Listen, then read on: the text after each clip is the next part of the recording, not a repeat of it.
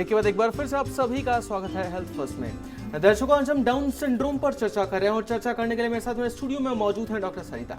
सरिता जी, आपसे जानना चाहूंगा, अभी तक हमने डाउन सिंड्रोम के बारे में बहुत सी बातें की कि उसका लक्षण क्या होता है, इलाज किस तरह किया जा सकता है, लेकिन मैं आपसे जानना चाहूंगा, डाउन सिंड्रोम से पीड़ित जो बच्चे होते हैं जी, उन्हें स्पेशल ट्रीटमेंट की जरूरत होती है। उनकी बॉडी भी उतना विकास नहीं करती जितना सामान्य बच्चों की करती है।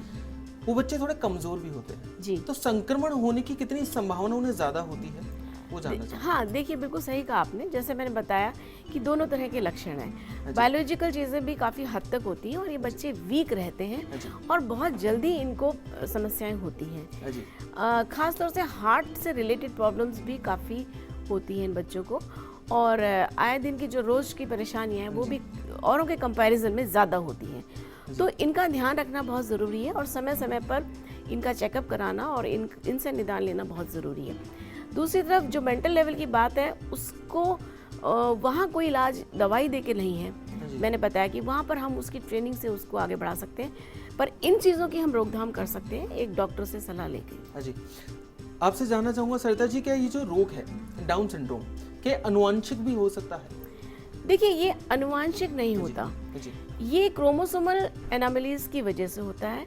जैसे कि मैंने बताया कि जिस समय बच्चे की सेल से बनने की शुरुआत होती है, उस समय एक्सीडेंटली एक एक्स्ट्रा क्रोमोसोम अटैच हो जाता है और उसकी वजह से ये कंडीशन होती है। लेकिन जिस केस में ये हो गया, अब उसके बाद जो उसके आगे की जो जनरेशन डेवलप होगी, उसमें ये जेनेटिक होना संभावित हो सकता है। हाँ जी, आपसे जानना चाहूँगा, ऐसा आज तक कभी कोई केस सामने आया है कि डाउन सिंड्रोम से पीड़ित कोई भी बच्चा, कोई भी शिशु आगे जाकर सामान्य जीवन प्ले कर रहा हो या फिर बिल्कुल सामान्य सा जीवन जी रहा हो? बिल्कुल सही बात है। ऐसे बहुत से केसेस हैं। देखिए, जो डाउन सिंड्रोम है, उन बच्चों का सबका लेवल बराबर हो ऐसा नहीं है। किसी का लेवल, दिमाग का लेवल थोड़ा अच्छा होता है, किसी का थोड़ा कम होता है।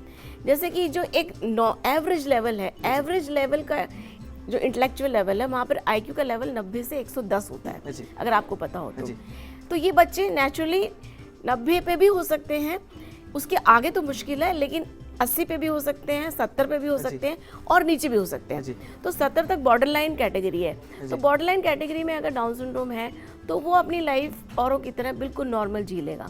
और वो जैसे कि अगर बहुत मेहनत करें तो 8वीं 10वीं क्लास तक पढ़ाई भी कर लेगा और आगे अपना जीवन चलाने के लिए किसी तरह का कोई काम या कोई वोकेशन का पार्ट भी कर सकता है। जैसे कि इन बच्चों को हम पेरेंट्स को ये एडवाइस देते हैं कि छोटे छोटे काम जहाँ ज़्यादा दिमाग नहीं की ज़रूरत, उनको सिखाकर हम उनको किसी किसी एरिया में हम काम पे लगा सकते हैं। हाँ जी, ऐसा है। हाँ जी, सरिता जी, आपने बहुत ही महत्वपूर्ण बात बताई कि ऐसे बच्चों को कम नहीं समझना चाहिए। बिल्कुल। लेकिन आपसे जानना चाहूँगा, ऐसी आपने कहा कि ऐसी बहुत सी सक्सेस स्टोरीज हैं जी, तो मैं चाहूँगा जितने भी जो दर्शक अभी आपको देख रहे हैं, किसी के अगर घर में आसपास कोई डाउन सिंड्रोम से पीड़ित बच्चा हो, उसकी ज्यादा केयर कर सके, उसके लिए ऐसी कोई इंस्पिरेशनल स्टोरी अगर आप हमारे साथ शेयर करना चाहें किसी बिल्कुल बिल्कुल मैं आपको किसी पेशेंट की। जी हाँ, मैं बताना चाहती हूँ कि जैसे हमारा सेंटर जो दिशा है जयपुर में, वहाँ पर एक बच्चा है दीपक नाम का, जो कि जिसकी उम्र करीब 12-13 साल है। और ठीक है, वो पढ़ने वाले पार्ट में बहुत अच्छा नहीं है, उसने बहुत सारी क्लासें पास नहीं करी, अभी वो 2nd या 3rd क्लास में ही है, लेकिन वो तबला बहुत अच्छा बजाता है। ऐसे ही एक बच्चा और है ध्रुव नाम का, उसका भी स्टडी वाला पार्ट बहुत अच्छा नहीं है, क्लासेस उसने बहुत ज़्यादा पास नहीं करी है, but that child is very good in sports. वो नेशनल लेवल तक खेलने गया है। ठीक है, तो इस तरह से इन बच्चों की हमें वो खूबी को जानना चाहिए कि वो कौन सी एक चीज़ है जो वो बहुत अच्छी कर सकते हैं, तो उसको पहचान के हम उसी चीज़ में उसको आगे बढ़ा सकते हैं। ऐसे मैं आपको एक एडल्ट का एग्जांपल दे सकती हूँ। हमारे देश के एक सुरजीत देसाई नाम से इंसान है डाउन सिंड्रोम के, लेकिन he is a famous musician जिनको 7 तरह के इंस्ट्रूमेंट बजाने आते हैं। जी, बेहतरीन, बहुत खूब। आपसे जानना चाहूँगा कि अगर मान लीजिए कोई भी जो डाउन सिंड्रोम से पीड़ित बच्चा है, उसकी प्रॉपर देखरेख नहीं की जाती है, उस पर ध्यान नहीं दिया जाता है, तो क्या हो सकता है, क्या गंभीर परिणाम सामने आ सकते हैं? बिल्कुल सही कहा आपने। अगर हम स्टार्टिंग से उसके ढंग से देखरेख नहीं करेंगे तो उसकी जो एक पर्टिकुलर चीज़ सीखने की उम्र है वो निकल जाएगी।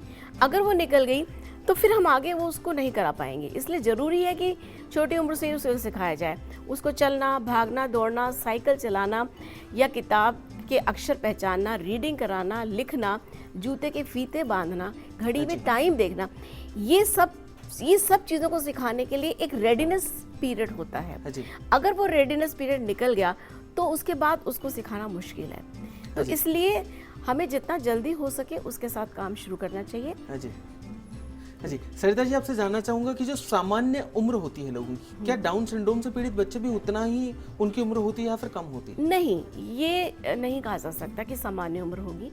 ये बच्चे काफ़ी हद तक ठीक रहते हैं, लेकिन औरों के कंपैरिजन में उतना लंबी उम्र तक इनका रहना मुश्किल रहता है। जी, आपसे जानना चाहूंगा कि आपने बता दिया कि इनकी जो देखरेख की जाती है वो काफ़ी स्पेशल, काफ़ी अच्छे तरीके से की जानी चाहिए, लेकिन आपसे जानना चाहूंगा क्या इनकी देखरेख के लिए क्या किसी एक्सपर्ट की सलाह ली जानी चाहिए? बिल्कुल ली जानी चाहिए। और या फिर घर में ही इन्हें सिखाया पढ़ाया जा सकता है? नहीं, ऐसा नहीं है। ऐसा नहीं है कि खाली घर में ही अकेले पेरेंट्स कर लेंगे। देखिए, ये स्पेशल बच्चे हैं, ठीक है।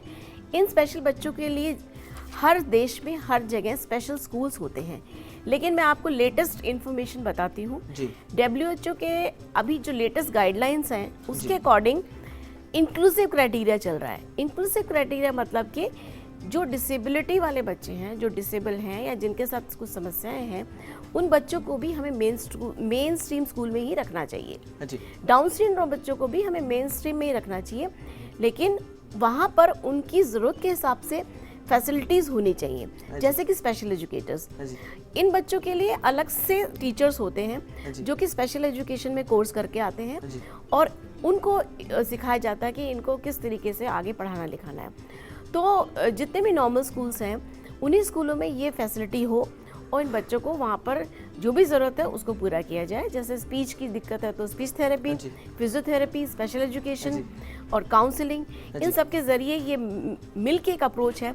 अगर ऐसे चलेंगे तो बच्चे हमारे आगे बढ़ेंगे। जी सरिता जी, आपसे जानना चाहूंगा कि बहुत बार ऐसा भी देखा गया कि पेरेंट्स जो है वो एक्सेप्ट कर ही नहीं पाते हैं बिल्कुल कि उनके बच्चों को डाउन सिंड्रोम है। ऐसे में क्या सलाह देना चाहेंगे उन पेरेंट्स को, क्या मैसेज देना चाहेंगे? हाँ, देखिए, ये बड़ा मुश्किल है किसी भी माँ बाप के लिए ये मान लेना कि मेरे बच्चे को प्रॉब्लम है। ये सभी के साथ होगा, क्योंकि जब बच्चे का जन्म होता है तो माँ बाप को बहुत उम्मीद होती है कि उनका एक घर में उनका अपना एक बच्चा जन्म ले रहा है, और जब ये पता चलता है कि उसको समस्या है तो ये काफ़ी हद तक तो उनके मन में एक डिनायल रहता है कि नहीं ऐसा नहीं हो सकता, मेरे बच्चे के साथ ऐसा नहीं हो सकता।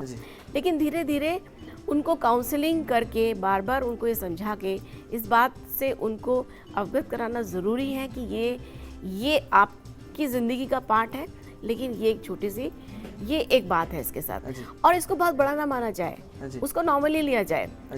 मान लीजिए कि अगर नॉर्मल के साथ हम थोड़ी कम मेहनत करेंगे तो थोड़ी सी ज़्यादा कर लेंगे, क्या फ़र्क पड़ता है। और एक मैं आपको पॉजिटिव बात बताती हूँ, अभी आज ही किसी ने कहा कि देखो बच्चे जब बड़े हो जाते हैं, आजकल का रिवाज है, बच्चा 12वीं क्लास में आ गया तो घर पे नहीं रहेगा, बाहर चला जाएगा, फिर वो माँ बाप से कितना अटैच रहेगा, कभी फ़ोन पे बात करेगा, 6 महीने साल में आएगा।